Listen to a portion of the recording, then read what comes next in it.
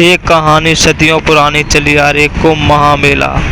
कुंभ मेला महा का आयोजन साल में 12 बाद होता है। साल की 12 साल बाद होता है। एक कुंभ मेला हमारे प्रत्येक संसार अर्थात धार्मिक के अनुसार ही किया जाता है, जिसमें मनुष्य के हर प्रकार के पाप पुण्य गंगा माँ यमुना जल में डूब जाते हैं।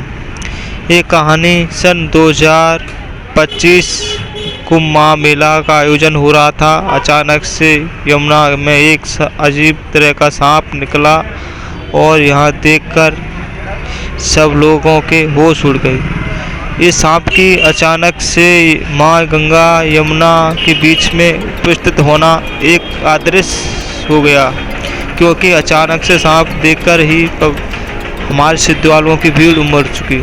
सोचने लगे ये प्रकृति का कैसा अजूबा है जो हमें ये संकेत देता है, क्योंकि हमारे सनातन धर्म में शक्तियों तथा अन्य प्रजातियों के भी यहाँ पर पाप मुक्त हो जाते हैं। मात्र एक ऐसा ही धर्म है कुंभ मेला, जहाँ पर श्रद्धालुओं को 12 साल बाद एक बार स्नान करने से ही उसके रोग दोग नष्ट हो जाते।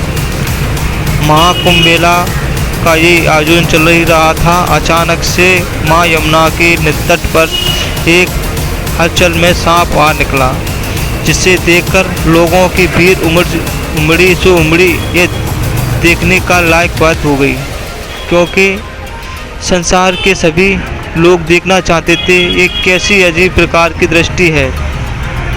सबको चौंकाहित कर रखा था। भीड़ एक साथ इकट्ठी हो गई, कोई हल नहीं रहा, ना टस हो रहा था। देखना चाहते थे सब नज़दीक से ये कैसी प्रभु की माया है। और इस सांप की लम्बाई ऐसी लग रही थी मानो श्री कृष्ण भगवान स्वयं विराजमान हो।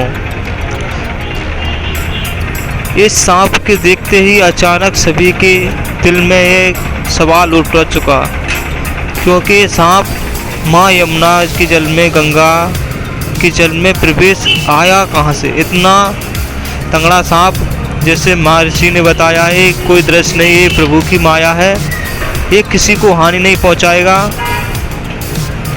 जो श्रद्धालु सच्चे मन से आते हैं उनकी माँ कुंभ मेला में उनकी इच्छा पूरी और उनके पाप नष्ट हो जाते हैं। जो हमारे श्रद्धालु हैं, एक बार इस वीडियो को उन तक पहुंचाइए जो कुंभ मेला में भगवान की कृपा संतों की कृपा से वंचित हैं और उन्हें संतों की कृपा नहीं प्राप्त होती। एक बार माँ कुंभ मेला में आने से मात्र से ही उनके पाप नष्ट हो जाएंगे। विज्ञानों का भी मानना है, क्योंकि माँ कुंभ मेला एक ऐसा धर्म स्थल है जहाँ पर सभी के कष्ट दोष पीड़ा भूत बाधा क्षय नष्ट सभी प्रकार की बीमारियों से मुक्त हो सकता है। ये ऐसा संगम का है।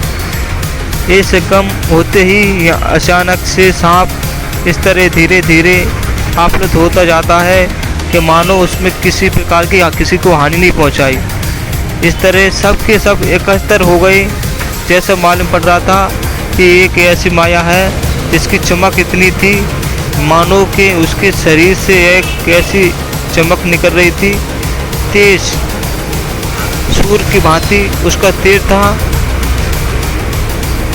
वो धीरे धीरे विलुप्त होते गया और माँ यमुना के स्थल में उसने अपना पूरा शरीर का आकार छोटा कर लिया और चला गया।